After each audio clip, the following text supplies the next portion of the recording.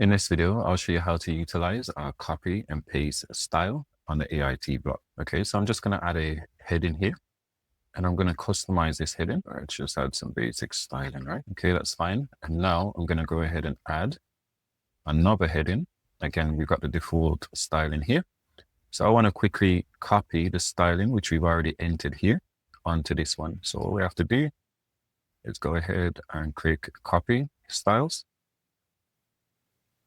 And then we can go ahead and paste our style, and voila, it's done. And this isn't exclusive to the heading block. So any of the AIT blocks, we can go ahead and copy the style and then just paste it onto whatever we're working with. Try this image block here. Let's customize it a little bit. We can do more customization, but just for this example, we'll leave it as that. So now let's go ahead and copy the style.